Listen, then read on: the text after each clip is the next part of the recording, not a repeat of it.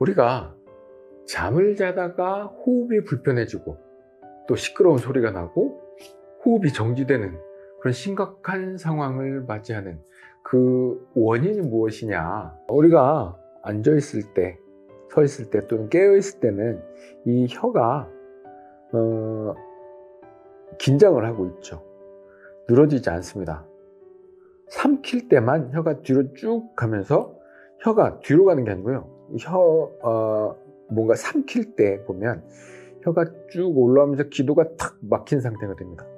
그 막힌 상태에서 꿀꺽 먹고 혀는 원위치, 그 다음에 기도는 이렇게 떨어지죠.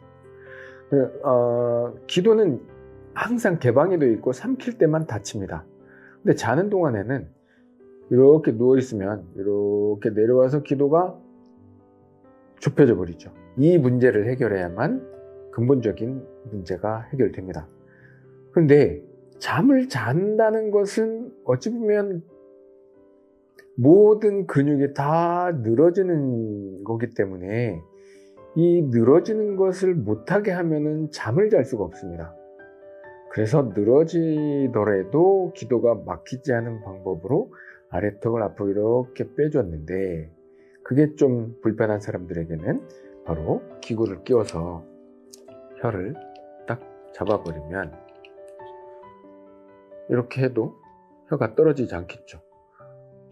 이 혀를 잡는 기술, 이게 굉장히 사람마다 차이도 크고 예민도도 다르고 구조적으로 다 똑같은 사람이 하나도 없더라고요. 그래서 이 문제를 해결하는 방법으로서 이 혀가드가 굉장히 유용하고 효과가 탁월하다 하는 것을 제 사례를 가지고 한번 보도록 할까요? 저도 코골이가 상당히 심한 편입니다.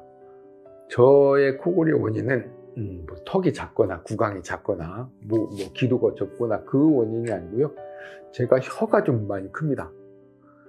혀가 크기 때문에 자는 동안에 바로 누우면 혀가 넘어가 버리거든요. 실제로 어떤 소리가 나는지 한번 볼까요?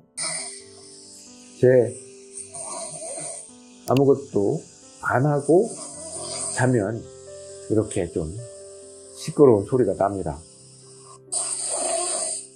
굉장히 숨이 힘들죠.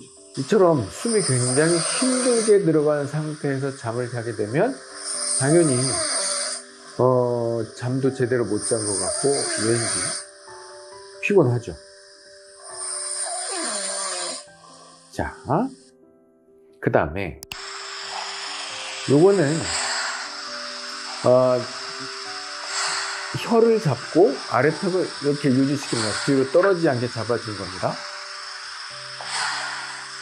이 상태는 들숨은 전혀 문제없이 잘 들어가는데, 제가 코골이 흉내를 많이 내다 보니까 이 목젖 연구기가 좀 늘어지는 것 같아요. 그래서 들어갈 때는 쑥쑥 들어가는데 내쉴 때 하는 이 연구계 목젖이 걸리면서 코로 나갈 때도 힘들고, 그게 잘 안 나가면 입으로 빠져버립니다. 그래서 이런 소리가 납니다. 이렇게. 자, 이처럼 턱과 혀를 동시에 잡으면 호흡하는 데는 전혀 문제가 없습니다. 자, 그러면 또 지금 이 소리는 혀만 잡은 겁니다. 아래턱은 그냥 잡지 않고 혀만 잡고 잤을 때입니다. 혀만 어떻게 잡느냐? 이런 기구를 끼는 거죠. 이거를 끼고 혀만 딱 걸어가지고 자는 건데, 저는 입이 이렇게 떨어지지 않거든요. 이게 아니고 입을 꾹 다물고 자요. 그렇기 때문에 혀가 이렇게 밀려 들어가진 않거든요. 그래서 혀만 잡아도 상당한 효과는 볼 수 있었습니다.